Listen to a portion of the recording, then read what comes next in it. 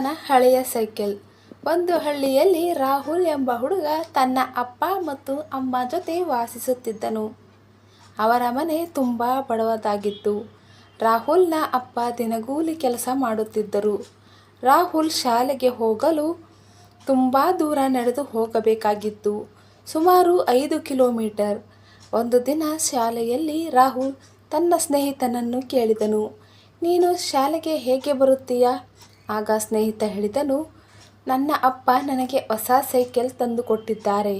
ಆ ಮಾತು ಕೇಳಿದ ರಾಹುಲ್ ಮೌನವಾಗಿ ಬಿಟ್ಟನು. ಅವನಿಗೂ ಸೈಕಲ್ ಬೇಕೆಂದು ಮನಸ್ಸಾಯಿತು.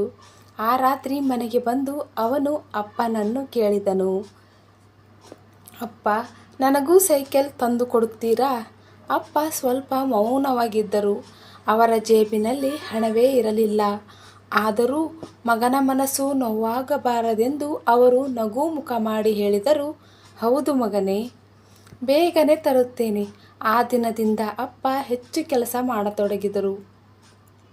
ಹೀಗೆ ಬೆಳಗ್ಗೆ ಬೇಗ ಹೋಗಿ ರಾತ್ರಿ ತಡವಾಗಿ ಬರುತ್ತಿದ್ದರು. ಕೆಲವು ದಿನಗಳ ನಂತರ ಅವರು ಒಂದು ಹಳೆಯ ಸೈಕಲ್ ತಂದುಕೊಟ್ಟರು. ರಾಹುಲ್ ಅದನ್ನು ನೋಡಿ ತುಂಬ ಸಂತೋಷಪಟ್ಟನು.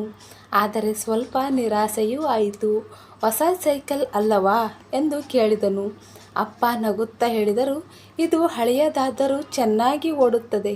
ಕೆಲವು ದಿನಗಳ ನಂತರ ರಾಹುಲ್ಗೆ ಸತ್ಯ ಗೊತ್ತಾಯಿತು. ಅವನ ಅಪ್ಪ ತಮ್ಮ ಮದುವೆಯ ಉಂಗುರ ಮಾರಿಬಿಟ್ಟು ಆ ಸೈಕಲ್ ತಂದುಕೊಟ್ಟಿದ್ದರು ಅಂತ. ಆ ಮಾತು ಕೇಳಿದ ರಾಹುಲ್ ಕಣ್ಣೀರಿಟ್ಟನು. ಅವನ ಅಪ್ಪನ ಬಳಿ ಹೋಗಿ ಹೇಳಿದನು, ಅಪ್ಪ, ನನಗೆ ಹೊಸ ಸೈಕಲ್ ಬೇಡ, ನೀವೇ ಸಾಕು. ಅಪ್ಪ ಅವನನ್ನು ಅಪ್ಪಿಕೊಂಡರು.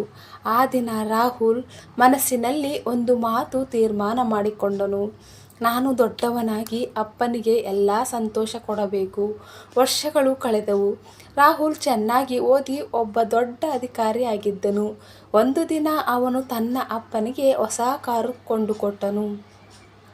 ಆದರೆ ಅಪ್ಪ ಆ ಕಾರಿಗಿಂತ ಹೆಚ್ಚು ಪ್ರೀತಿಯಿಂದ ನೋಡುತ್ತಿದ್ದದ್ದು ಆ ಹಳೆಯ ಸೈಕಲ್. ಯಾಕೆಂದರೆ ರಾಹುಲ್ ಕೇಳಿದನು, ಅಪ್ಪ, ಕಾರು ಇದೆ, ಇನ್ನು ಸೈಕಲ್ ಏಕೆ ಇಟ್ಟುಕೊಂಡಿದ್ದೀರಾ ಅಂತ. ಅಪ್ಪ ನಗುತ್ತಾ ಹೇಳಿದರು, ಆ ಸೈಕಲ್ ನನ್ನ ಮಗನ ಕನಸು ನೆನಪಿಸುತ್ತದೆ. ಆ ಮಾತು ಕೇಳಿದ ರಾಹುಲ್ ಕಣ್ಣೀರು ಹಾಕಿದನು. ನಮಸ್ಕಾರಗಳು.